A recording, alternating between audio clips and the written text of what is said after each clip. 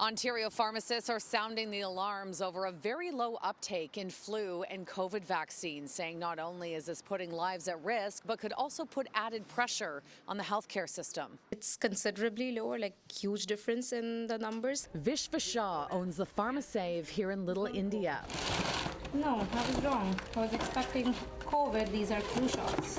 She tells me they normally have a non-stop stream of people rolling up their sleeves, but this year she's concerned at how quiet it's been. We have more vaccines sitting as opposed to last year, where we were running solo. We would have to ask people to wait a day or so till we could get our next shipment in. The low vaccination rate this pharmacy is experiencing is also being seen province-wide. Only 24% of Ontarians have completed their primary COVID-19 vaccine series and recommended boosters.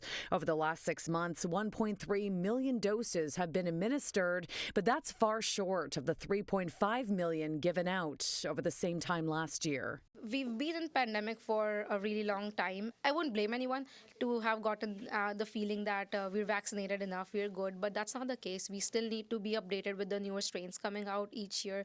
We still need to protect ourselves and our families, other vulnerable people around us as well. This comes as Ontario's Chief Medical Officer of Health warns that COVID-19 activity is very high right now and hospitals are seeing a surge in patients. Our metrics for last week were that we had 1,700 people in hospital, around 100 of them requiring intensive care. The flu season has also officially begun, and this year Dr. Kieran Moore is concerned about the timing.